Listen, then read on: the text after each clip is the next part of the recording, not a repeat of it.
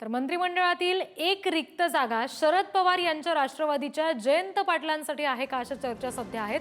अमोल मिटकरींकडून तसे जयंत पाटलांच्या पक्षप्रवेशाचे संकेत दिले गेले। जयंत पाटील लवकरच आमच्यासोबत येतील असं अमोल मिटकरींनी म्हटलंय। मंत्रिमंडळामध्ये एक जागा योग्य व्यक्तीसाठी ठेवली आहे असं अजितदादांच्या राष्ट्रवादीच्या अमोल मिटकरी यांनी म्हटलेलं आहे। स्वर्गीय मधुकरराव चौधरी साहेब अध्यक्ष होते। 90 साली मी पहिल्यांदा अध्यक्ष झालो, त्यावेळी दार उघडून आत येताना आमदार झालो, त्यावेळी दार येऊन किती लक्ष आहे बघा माझ्यावर।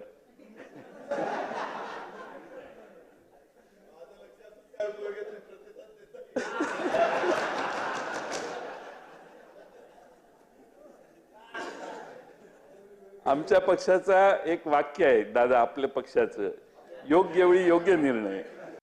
पहिले तुम्ही विचारा ना। माझा प्रश्न असा आहे की एक ते मंत्रिपद पद जे खाली ठेवलं ते नेमकं कोणासाठी, जयंत पाटलांसाठी की नेमकं कोणासाठी? मागही एक मंत्रिपद त्यांच्यासाठीच खाली ठेवलं होतं, त्यावेळेस त्यांनी फार विचार केला।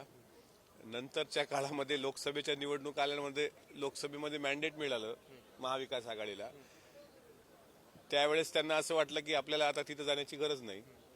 पण आता अशी परिस्थिती आहे की मला असं वाटतं की एक मंत्रिपद जे खाली ठेवलंय त्याकरता योग्य व्यक्ती योग्य वेळ, हे ते बोललेत ना, लवकरच योग्य निर्णय घेतील, त्याच्यामुळे तो योग्य निर्णय होईल। तुम्ही बघा आता एक जागा जी राखीव ठेवलेली आहे, काय वन डाऊनला जो प्लेअर होतो ना ते वन डाऊन प्लेअर करता ठेवलेली आहे। जयंत पाटील असतील त्या पदावरती?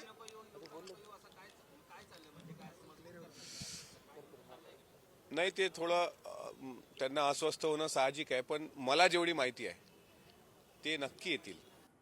आणि आता बातमी आहे शिंदेंच्या शिवसेनेतल्या नाराजीबद्दलची।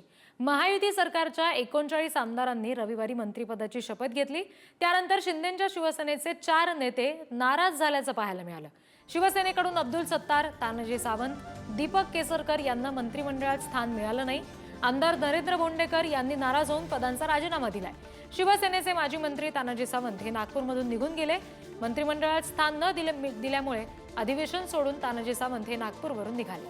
तर मंत्रिपद का मिळालं नाही, आत्मपरीक्षण करणार असं केसरकर म्हणाले।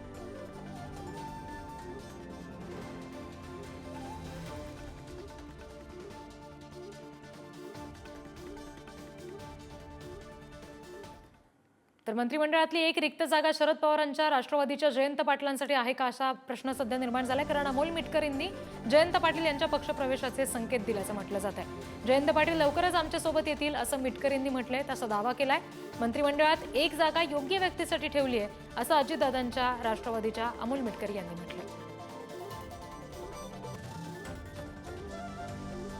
शरद पवारांच्या राष्ट्रवादीचे नेते प्रशांत जगताप सध्या आपल्याशी जोडले गेलेले आहेत, त्यांच्याशी आपण बोलूया। प्रशांतजी, अमोल मिटकरी एकीकडे स्पष्ट संकेत देत आहेत, मागच्या वेळी सुद्धा आम्ही जागा ठेवली होती जयंत पाटलांसाठी असं म्हणतायत, ते नक्की येतील अजितदादांच्या राष्ट्रवादीत असा विश्वास व्यक्त करतायत, काय वाटतं आपल्याला? अमोल मिटकरी हा एकूणच चेष्टेचा आणि गमतीचा विषय असं माझ्या दृष्टीने तरी मी या ठिकाणी नमूद करू इच्छितो। मुळात विषय असा आहे की माननीय जयंत पाटील साहेबांनी राष्ट्रवादी काँग्रेस पार्टी शरदचंद्रजी पवार पक्षाच्या उभारणीसाठी बरेच कष्ट घेतलेले आहेत। मागची 6 वर्ष ते या पदावर खूप चांगल्या पद्धतीने कामकाज करतायत। ते कालही, आजही आणि उद्या सुद्धा पवार साहेबांबरोबर रात्री यावं माझ्या मनात बिलकुल शंका नाही। माननीय जयंत पाटील साहेबांच्या बाबतीत अशा प्रकारचं स्टेटमेंट करून या ठिकाणी मिटकरी स्वतःच्यासाठी ती जागा मागून घेण्याचा प्रयत्न करतात। मुळातच मागच्या 5-6 दिवसापूर्वी मिटकरींनी ते स्वतः मंत्रिपदासाठी इच्छुक आहेत अशा प्रकारचं भाष्य केलं होतं। त्याच्यामुळे या ठिकाणी जयंत पाटील साहेबांचं नाव या ठिकाणी बोलून या ठिकाणी ते पद स्वतः मिळवण्यासाठीचा त्यांचा हा आटापिटा दिसतोय। मला असं वाटतं की मिटकरी हा कायमच चेष्टेचा विषय राहिलेला आहे, तर त्यांनी अशा प्रकारचं मनोरंजन इथून पुढे सुद्धा या महाराष्ट्राच्या जनतेसमोर करत राहावं, एवढ्याच मी शुभेच्छा त्यांना दिली। अगदी प्रशांतजी, धन्यवाद ही प्रतिक्रिया पुढारी न्यूजला दिलीत यासाठी।